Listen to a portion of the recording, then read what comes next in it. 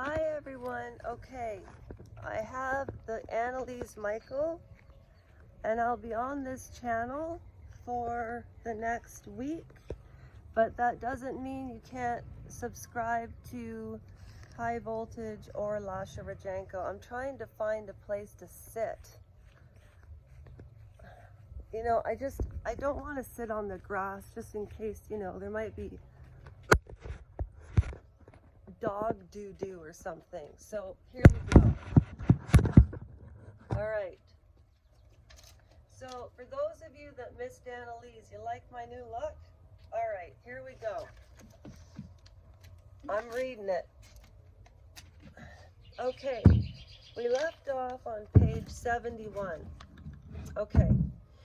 That depression overtook her much more frequently than before, that she often was so totally spent that she could not get up from her bed and could not eat, becoming visibly thinner.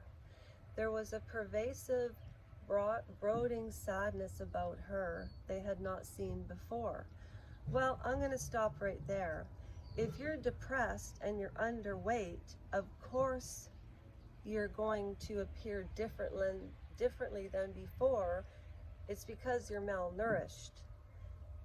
But the question that everybody kept asking herself, were demons preventing her from eating, or was she anorexic?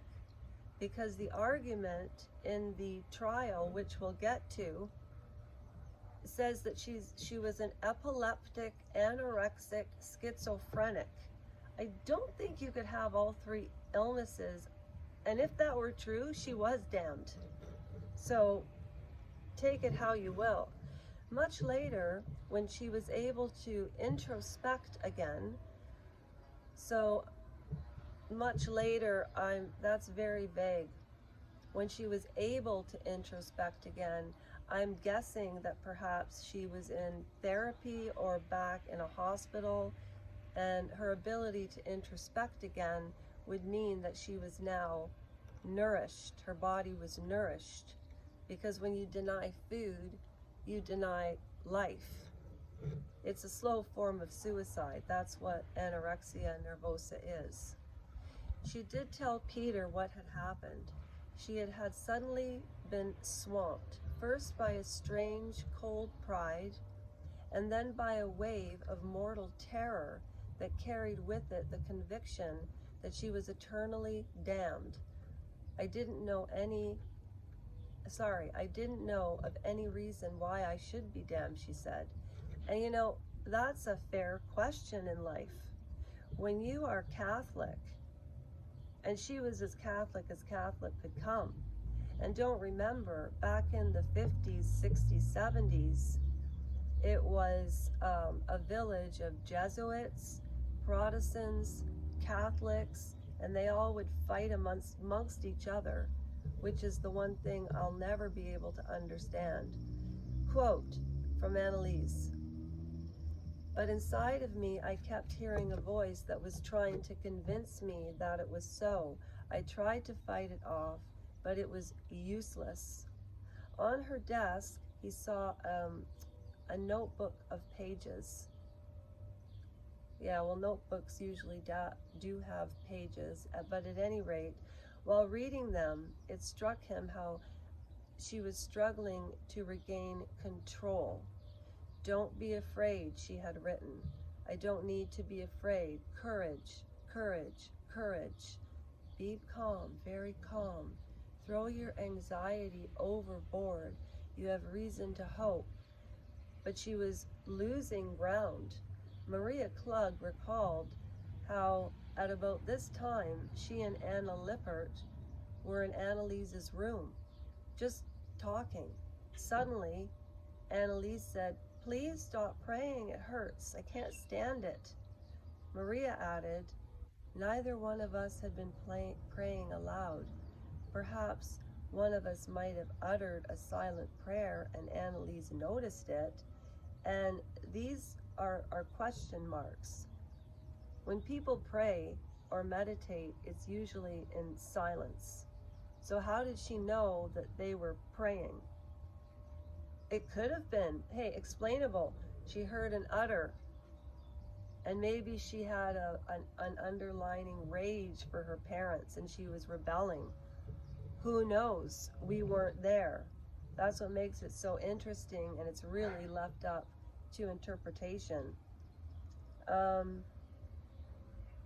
In Maria Klug's room, Annalise threw her rosary into a corner during a prayer session of the little group.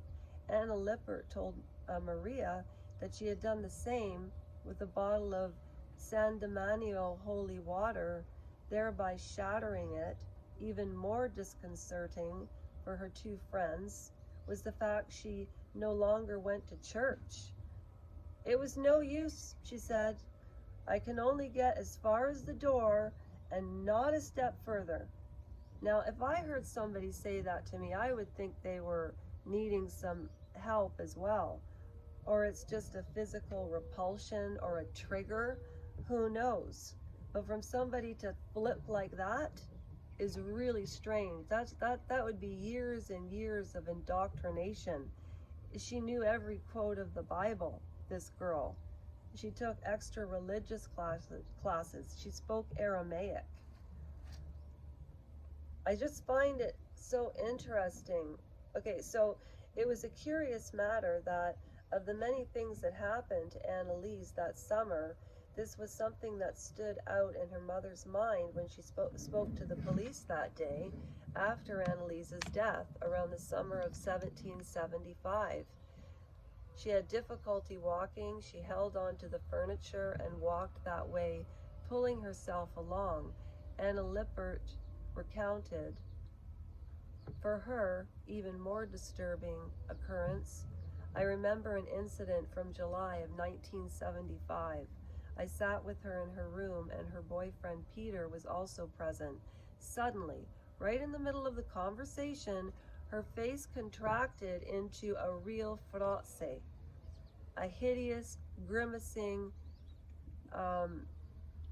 countenance that I can't describe in detail. Her body became completely stiff. It took a half an hour before the cramp disappeared. Her boyfriend explained to me that her condition was due to the fact that she was possessed. I too that it must be a possession, for her grimaced face was so demonic that I could not think of anything else as a possible explanation. I'm going to leave it there because it's really starting to get good. And 7 minutes is a pretty long video for a read.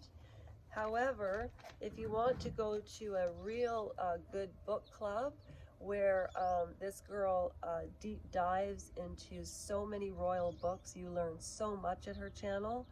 I just have different taste and I read a little slower, but I'm a little older. So respect your elders. Now remember, take care of yourself.